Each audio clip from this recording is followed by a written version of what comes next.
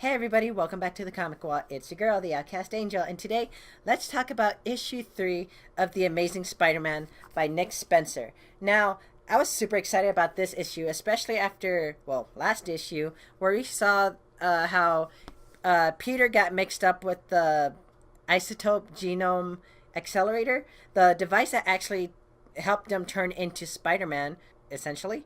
And turns out with what Doc Connors or the Lizard was trying to do, he was trying to reverse the effects. Hopefully, in the event that it could help him get rid of the lizard side of him. Excuse me, but in the process, it worked to an extent because Peter Parker and Spider-Man are separated. Now they're the same person, but two completely different people. If that makes sense. Anyway, enough about that. Jumping into the story, we continue where last issue started.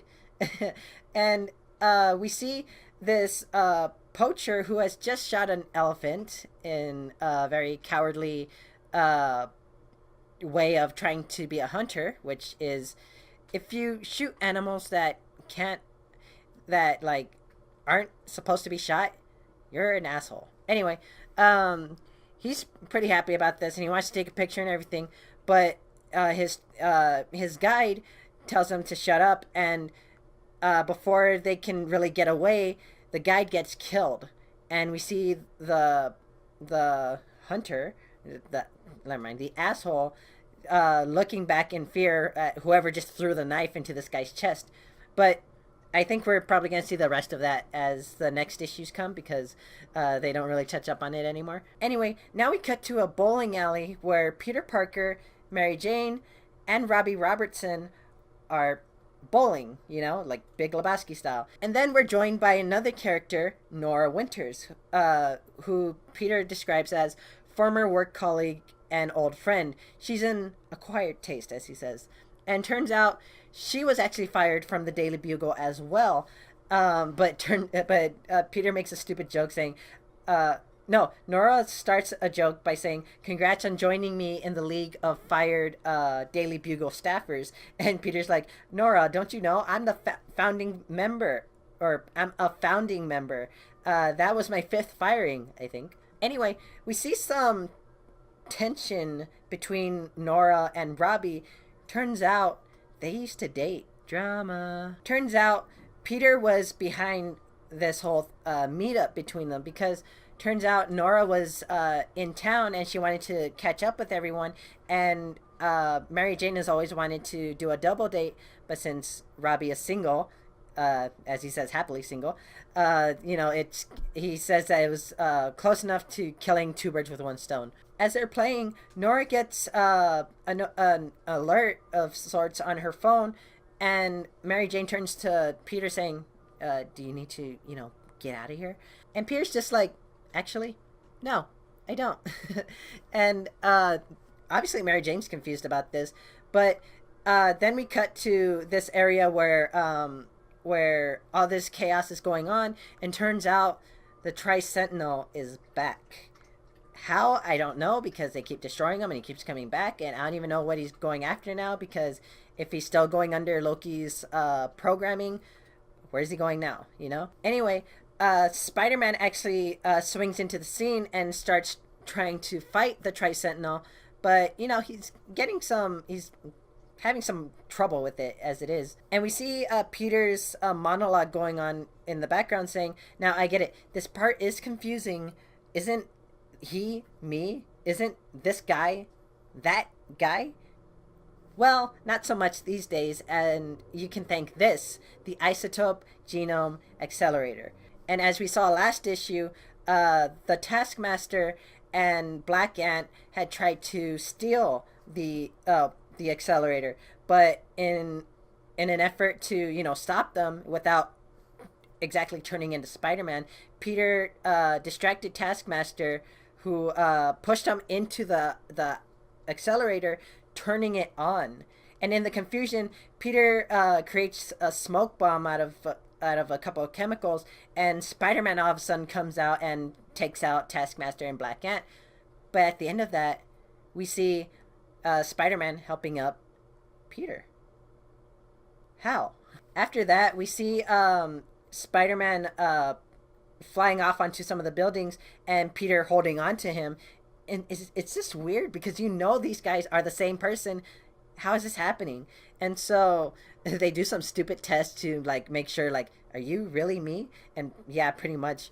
But it's just it's weird because Spider-Man, who's under the suit? I mean, right? Because if we have Peter Parker over here without powers and Peter Parker over here with powers, Pity Parker versus Better Parker, who's under the suit? Anyway, Peter has this idea that that they need to do more testing to like, be sure who's the real who, I guess. And Spider-Man has no interest in it. He's like, yeah, we'll do that eventually, but I gotta swing off. My spidey senses is tingling. That's not how it works. And so it turns out that, Peter lost everything. He lost all his spider abilities. Like we see him here trying to climb a wall and then falling. And then we also see like Peter Parker and Spider-Man in the same place at once during an attack. Like it's insane to think about. And Peter's kind of down about it, but at the same time, he's pretty optimistic about it because now he can finally get back to the life that he's been missing as Spider-Man because he always has to web off somewhere.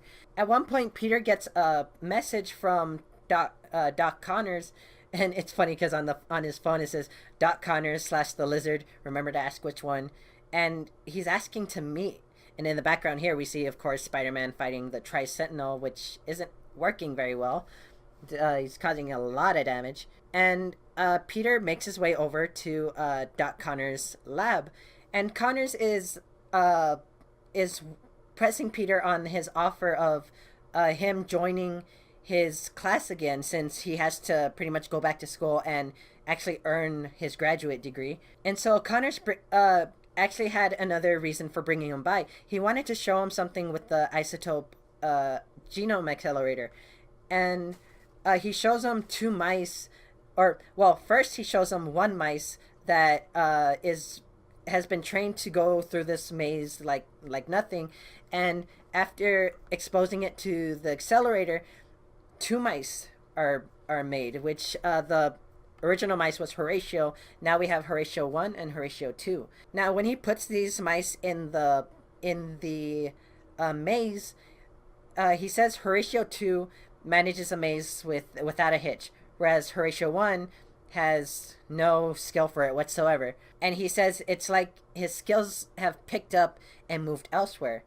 Kind of like how Peter's powers moved to Spider-Man, Except we see something else that has happened between Peter and Spider-Man after the accelerator, because Connors asks Peter to grab the Andrew gauge for him, and Peter can't find it. He's saying that how is it not easy? I've spent my whole life in labs like this one, and yet now I'm looking and half this stuff is unrecognizable. So he doesn't know. Whereas Spider-Man over here is breaking into the Tri-Sentinel's circuitry and rewiring everything. As Connors is talking about the accelerator's effects, he's saying obviously we'll have plenty to study with Horatio here, but sadly this puts a hold on any possibility for human testing. It's simply too dangerous. And Peter's like, dangerous how? And Connors is like, think about it. We don't know the nature of the delineation or even the scope of it. Is it simply like aptitudes and learned behaviors, or could it include something deeper, like, for instance, emotional states or moral beliefs?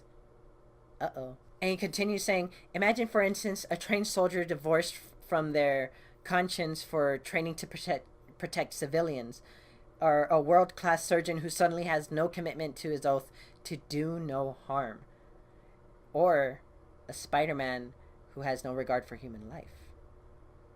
That was my own observation at the end. If that wasn't obvious, sorry. And then the issue ends with Peter's monologue saying, "There's this push and pull inside all of us, and how we resolve it determines everything about who we are. It's between, you guessed it, power and responsibility. And the issue ends with Spider-Man riding the Tri-Sentinel either into the ground of downtown or through it. What is he doing? Where are we going with this? This is just getting so intense. I mean, I thought the first issue was anxiety inducing. Now this has just caused me to like freak out. Like, I can't wait to see what happens in the next issue. But that's the end of this video. Thank you guys for watching. I hope you guys liked it, and if you did, drop a like, show the love, hit that subscribe button to get more of my videos, ring the bell to get notifications of when I post new videos, so that way you guys stay updated and don't miss out. And I'll see you guys next time. Bye.